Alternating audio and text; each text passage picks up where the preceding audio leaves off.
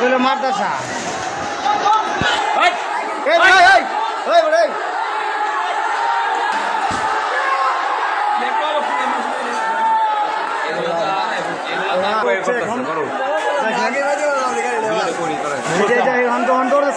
কেটলিরা phone তো cup phone তো যা আছে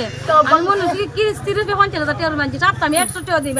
বেড়াতে আমার চাপ দে না এরপর মনে ক্যারাম কোটে একজন দাম হচ্ছে এটা লই মেয়ে লই খাই আমার 60টা মেয়ে উপযুক্ত মেয়ে লই আমি দোকানদারি হই আমার কোনো জিনিস লাগছে না সব কিছু আমার লুটপাট করে লাগছে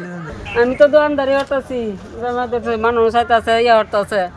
চাচু ব্যস্ত আছি ইয়া হতাছি আর সংগঠনের ট্যাপ হয়েছে তা আসিন যা আসিন পরে আমার জানে বাঁচায়াম ওই জন্য আমার নাতি দেখলো আমরা জানে বাঁচাই আমরা দোকানে পর দৌড় কিন্তু চল আমার জিনিস দান করছি যেমন তোমার ব্যাংকে আছে ঘুরে নিচ্ছি আমার টিভি যা আছে 10 ঘন্টা কিচ্ছু নাই আমার মানে আমার বড় ভাই গেছিল সে বাগলপুর থেকে এসে মাথার মধ্যে আঘাত আছে মানে ধারণা করতেছে যে ইডের কারণে চাকার কারণে মারা গেছে মানে বিস্তারিত এর কাছ থেকে জানতে পারবো প্রশাসনের কর্তৃক যে ফয়সালা হয়েছে উভয় পক্ষের মাহফিল বন্ধ থাকবো এবং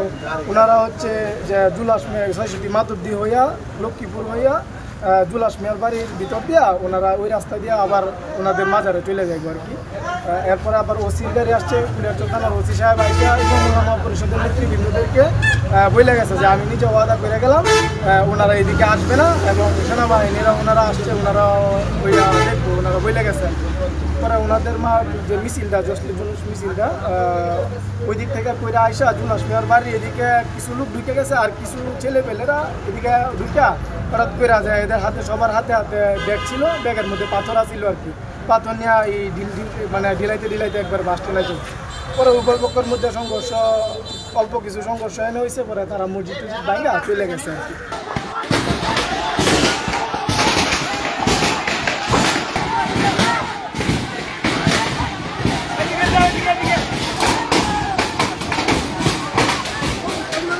আহলে সুন্নাত জামাত ওদের একটা র্যালি ছিল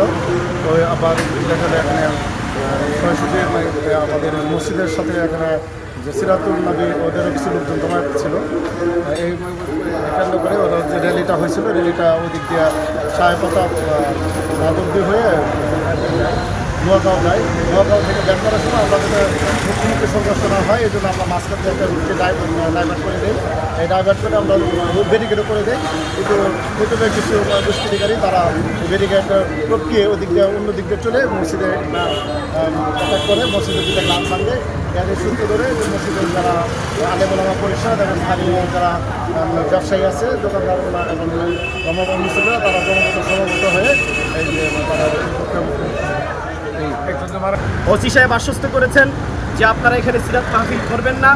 আমরা কুখ্যাত বিদাতীদেরকে তাদের এহেন কর্মকাণ্ড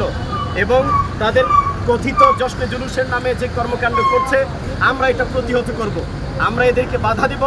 আমরা তাদেরকে নির্দিষ্ট সীমানা ক্রসিং করতে দেব না। ওসি সাহেবের আশ্বস্ত করার কারণে কুলিয়ারচর ইমাম উলামা পরিষদ প্রশাসনের উপর আস্থা রেখে তারা তাদের পূর্ব ঘোষিত এবং আহত এই তাফসির অনুষ্ঠানকে সিরাত মাহফিলকে মুলতবি ঘোষণা করেছেন। ব্যাপক তারা নৈরাজ্য সৃষ্টি করেছে এবং ব্যাপকভাবে দাঙ্গা করেছে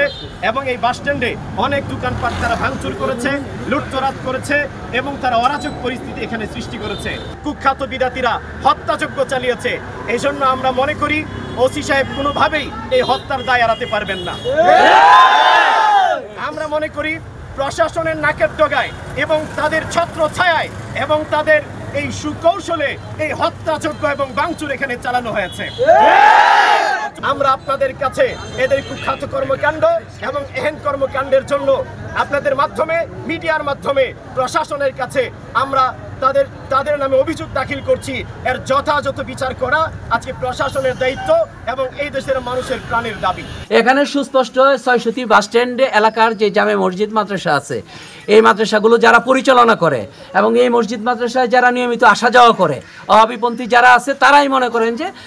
আমাদেরকে মাজারপন্থী হিসাবে আমাদের দরবারের উপর এই আক্রমণ করছে। ক্ষয়ক্ষতি দিয়ে আমাদের প্রেম মহব্বতের জায়গা আসে যায় না, যেহেতু আমরা দরবার মাজারপন্থী লোক। আমাদের মূল কথা হলো এর দৃষ্টান্তমূলক শাস্তি চাই আমরা রাষ্ট্রের কাছে।